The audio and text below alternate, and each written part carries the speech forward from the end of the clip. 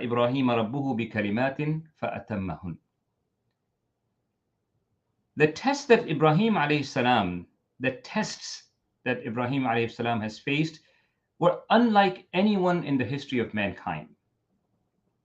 And Allah subhanahu wa ta'ala talks about it and says, فَأَتَمَّهُنْ. He has completed them with perfection. He was able to pass with flying colors. And if we start to look at some of these tests and what are the words of Quran with respect to these tests, there's so many. Let's start from the very beginning in his own household. The challenge that he, as a young boy, faced when he saw his own father building idols in the house. Quran reports this challenge that he faced. And think about it from the perspective of a young boy. Any one of us, any one of our children, think of them in that scenario and how they would react. What kind of a courage you would have to be able to stand up to a fatherly figure in the house, to anyone who's much elder than them, and be able to teach them or be able to communicate that in a very eloquent way. And Allah subhanahu wa ta'ala in Surah Maryam, this incident is reported and it is explained. إذ قال إبراهيم لأبيه يا أبت لم تعبد ما لا يسمع ولا يبصر ولا يغني عنك شيئا. He approaches his father in a very polite, in a very loving manner. And he pleads to him, "Oh, my father, why are you worshiping something that is unable to hear you, unable to see, unable to benefit you?" And then he says, "Ya abati, inni qad ja'ani min al-'ilmi ma lam ya'tika, fattabi'ni ahdika siratan sawiyya." Again, in a very loving and polite and pleading manner to his father, he says, "Oh, my father, I have come across knowledge. I have the knowledge which you have not received." Look at the courage of this young man in that stage. He's able to stand up to his father and in a very appropriate, polite manner, but in a very firm manner, communicates this very important message that, oh my father, I have knowledge that you don't have, so follow me. It takes a lot of courage to say that. Ya abati la ta'bud ash-shaytan. Ya abati la ta'bud ash-shaytan. Oh my dear father, do not worship the devil. Inna ash-shaytana kana lir-rahmani 'asiyya. This devil was disobedient to Allah, to the Rahman. Imagine the courage, brothers and sisters, of what he has to go through to stand up to his father and say these words. And finally says, and look at the courage in those ayat. Ya abati inni akhafu an yamassaka adhabu min ar-Rahman fatakuna lish-shaytani waliya. Oh my dear beloved father, I'm so scared for you that if you continue in this fashion, you are going to be subjected to the punishment of Allah. So brothers and sisters, his understanding of the Tawheed of Allah subhanahu wa ta'ala and his understanding of what's right and wrong gave him that courage. Now, let's continue that journey that this young boy has gone through. He's able to stand up to the people, his own people. Think of this way, our own families. What is our ability to stand up and say these things? Quran catches and captures this conversation between him and his people. إذ قال إبراهيم لأبيه وقومه ما هذه التماثيل التي أنتم لها عاكفون. He openly challenges his people. What are these idols that you are worshipping? They would turn around and say, قالوا وجدنا آباءنا لها عابدين. We found our forefathers worshipping them. قال لقد كنتم أنتم وآباؤكم في ضلال مبين. Straight out, basically saying, you are a lost cause. You have lost it. You are not on the right path. And then threatens them. So think of the courage that he had. Think of his conviction on the truth. that he is found in the form of that he found the creator of the heavens, Allah subhanahu wa ta'ala. وَتَاللَّهِ لَأَكِيدَنَّ أَصْنَامَكُمْ. He would threaten them with respect to their idols and threaten their destruction. And these people, what would they do? قَالُوا حَرِّقُوهُ وَأَنصُرُوا آلِهَتَكُمْ إِن كُنتُمْ فَاعِلِينَ. They threatened him directly and said, if you don't stop, we are going to burn you, and we are going to support our idols. Now, think of a young man going through this experience, what sort of a courage he has. And he wouldn't bow down. He knew what's going to happen to him. And then we know the whole story of how he was about to be sent into be thrown into the fire from a distance. And eventually, when he showed complete reliance on Allah subhanahu wa ta'ala, and his courage allowed him to really look these people in the eye and say, I'm not going to bow down to you. I believe in what I believe in. I believe in the one Allah. Allah subhanahu wa ta'ala would tell the fire, قُلْنَا يَا نَارُ كُونِي بَرْدًا وَسَلَامًا عَلَى إِبْرَاهِيمَ. We know the story. Brothers, and this doesn't stop. This story doesn't stop here. The courage of this young man puts him in front of the king, Namrud.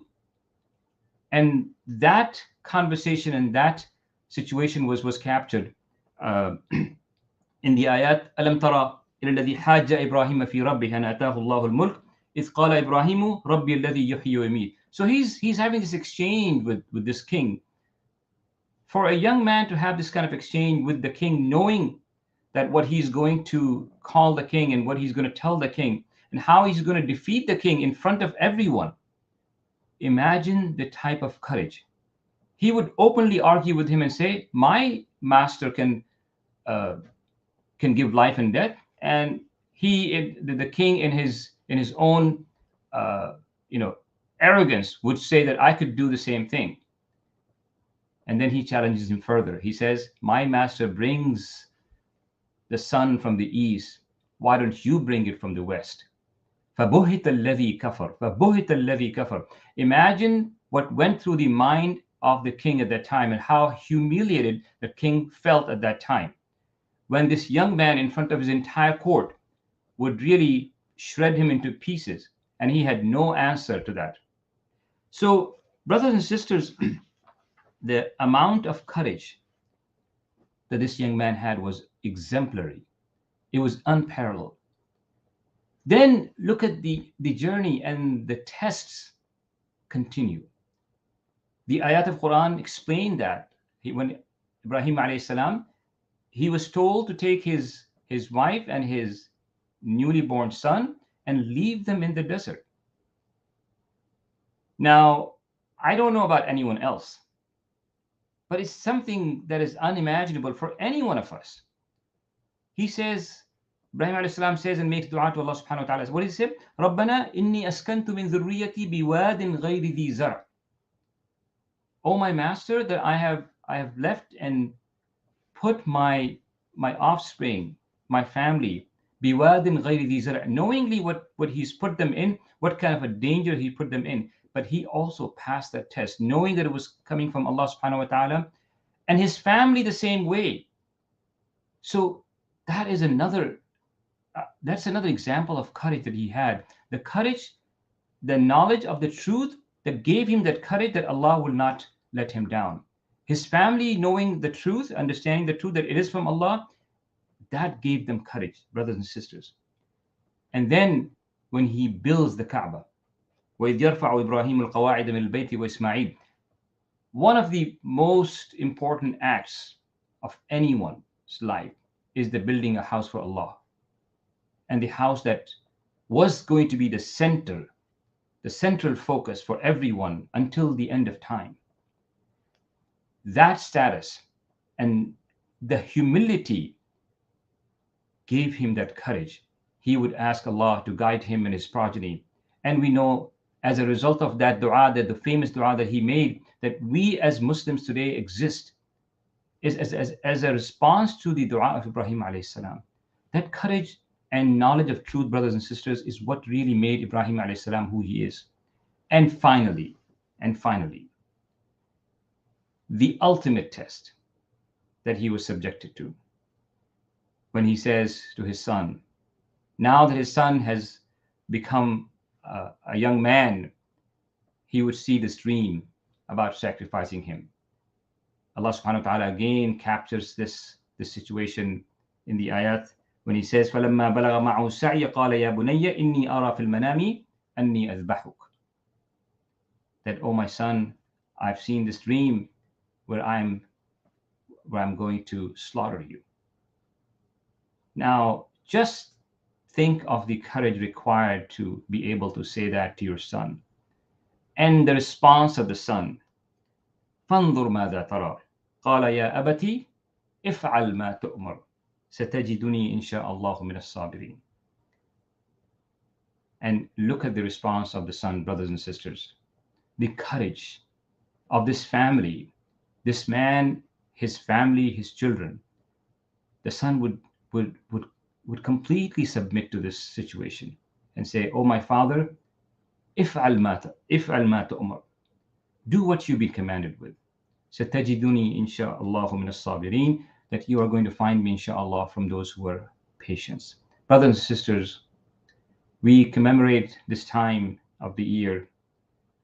Those of us who are able to perform Hajj and those who are not, but all of us are highly encouraged to commemorate this very courageous act that made Ibrahim alayhi salam and his family and gave them such a special status.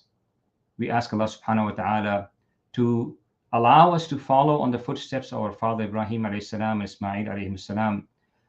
Allow us to follow the footsteps of our Prophet sallallahu alayhi wasallam and be able to show the same courage, show the same ability to recognize the truth, show the same ability to sacrifice. Wa akhiru da'wana alhamdulillahi rabbil alameen. Assalamu alaikum wa rahmatullahi wa barakatuh.